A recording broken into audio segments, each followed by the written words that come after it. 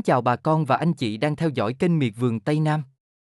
Sáng hôm nay, ngày 20 tháng 3 năm 2026, thị trường cà phê tiếp tục mang đến những tín hiệu rất tích cực, khi đà tăng vẫn đang được duy trì mạnh mẽ trên cả thị trường thế giới lẫn trong nước. Sau nhiều phiên phục hồi liên tiếp, giá cà phê hiện đã bước vào giai đoạn tăng tốc rõ rệt, cho thấy lực cầu đang chiếm ưu thế trên thị trường. Đáng chú ý, giá cà phê Robusta trên sàn London đang duy trì quanh vùng cao mới, phản ánh dòng tiền đầu tư và nhu cầu thu mua đang quay trở lại khá mạnh. Việc giá tăng liên tục trong nhiều phiên liền cho thấy xu hướng hiện tại không còn mang tính hồi phục ngắn hạn, mà đang có dấu hiệu hình thành một chu kỳ tăng trưởng mới. Dưới góc nhìn chuyên gia, đây là giai đoạn mà thị trường đang được hỗ trợ bởi cả yếu tố kỹ thuật lẫn tâm lý. Sau khi chạm vùng giá thấp trước đó, lực mua đã quay trở lại mạnh mẽ, giúp giá bật tăng nhanh và ổn định hơn qua từng phiên. Bên cạnh đó, tâm lý thị trường cũng đang chuyển biến theo hướng tích cực hơn, khi nhiều nhà đầu tư bắt đầu kỳ vọng vào một chu kỳ tăng giá mới. Ở thị trường trong nước, giá cà phê nhân xô đã có sự tăng trưởng đồng đều ở nhiều khu vực, cho thấy sự lan tỏa của xu hướng tăng là khá rộng. Điều này phản ánh nguồn cung hiện tại không quá dư thừa, trong khi nhu cầu thu mua đang dần cải thiện.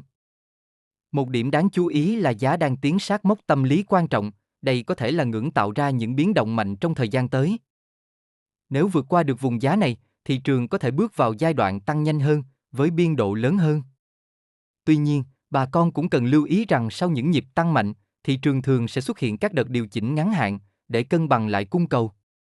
Do đó, việc theo dõi sát diễn biến giá là rất cần thiết trong giai đoạn hiện nay. Trong ngắn hạn, xu hướng tăng vẫn đang chiếm ưu thế, đặc biệt nếu thị trường thế giới tiếp tục duy trì lực mua ổn định. Tuy nhiên, để giá có thể tăng bền vững hơn, cần có thêm các yếu tố hỗ trợ như nguồn cung bị thắt chặt hoặc nhu cầu xuất khẩu gia tăng mạnh. Với bối cảnh hiện tại, bà con nên áp dụng chiến lược bán linh hoạt, có thể chia nhỏ lượng hàng để bán theo từng đợt. Cách làm này sẽ giúp hạn chế rủi ro khi thị trường điều chỉnh, đồng thời vẫn tận dụng được các mức giá cao. Đây là giai đoạn quan trọng, quyết định lớn đến hiệu quả kinh tế của vụ mùa, vì vậy cần cân nhắc kỹ trước khi đưa ra quyết định. Nhìn chung, thị trường cà phê đang bước vào pha tăng trưởng tích cực, với nhiều tín hiệu ủng hộ xu hướng đi lên trong thời gian tới. Nếu các điều kiện thuận lợi tiếp tục duy trì, khả năng cao giá cà phê sẽ sớm thiết lập những mức giá cao mới trong thời gian gần.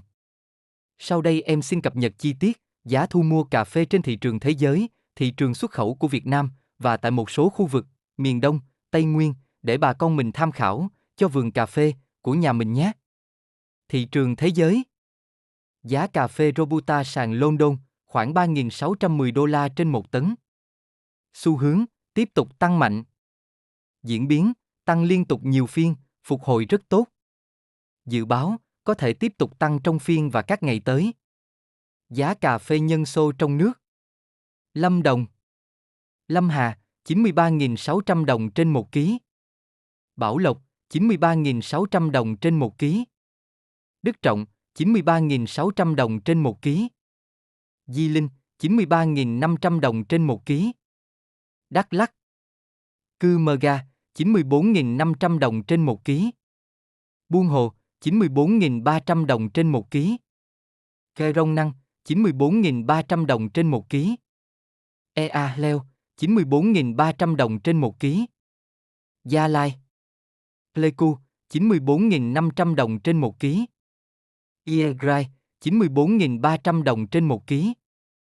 Chư Prong 94.300 đồng trên 1 ký. Chư Sê 94.300 đồng trên 1 ký. Con Tum, toàn khu vực 94.300 đồng trên 1 ký. Đắk Nông, Gia Nghĩa 94.500 đồng trên 1 ký. Đắk Miêu 94.300 đồng trên 1 ký.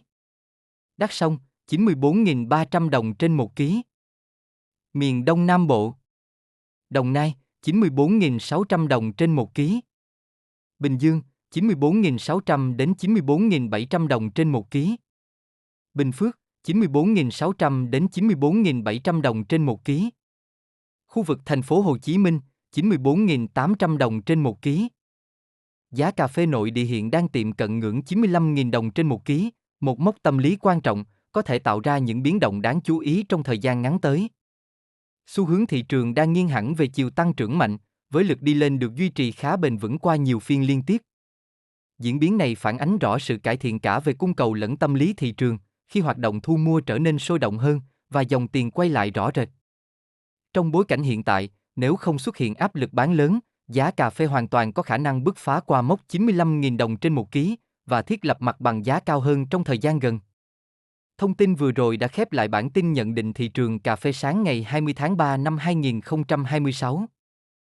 Nếu bà con thấy nội dung hữu ích, đừng quên bấm like và đăng ký kênh Miệt Vườn Tây Nam để cập nhật giá nông sản mỗi ngày. Chúc bà con một ngày làm việc hiệu quả, mua may bán đắt, trúng mùa trúng giá. Xin chào và hẹn gặp lại bà con trong những bản tin tiếp theo.